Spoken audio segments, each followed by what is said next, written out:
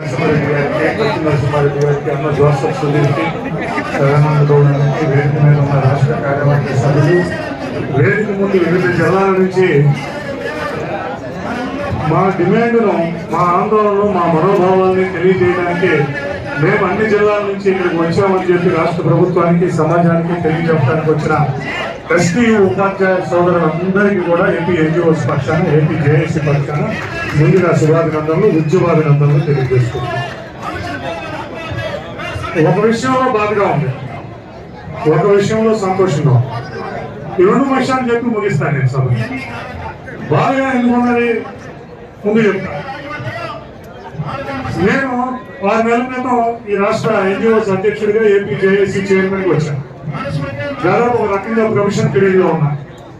34 సంవత్సరాల నుంచి AP NGOs association లో, ఏపీ జేఏసీలో అన్ని ఉద్యమాలు ఇంట్లో ముందుకు వెళ్తూ ఉన్నాం.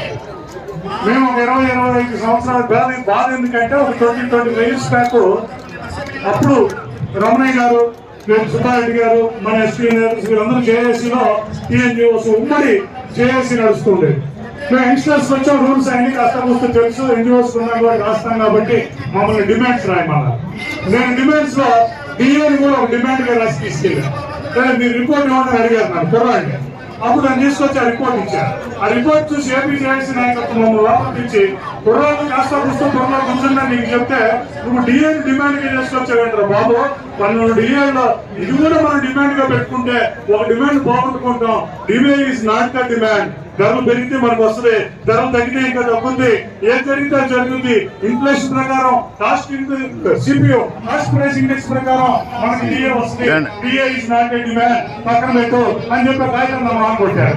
February 25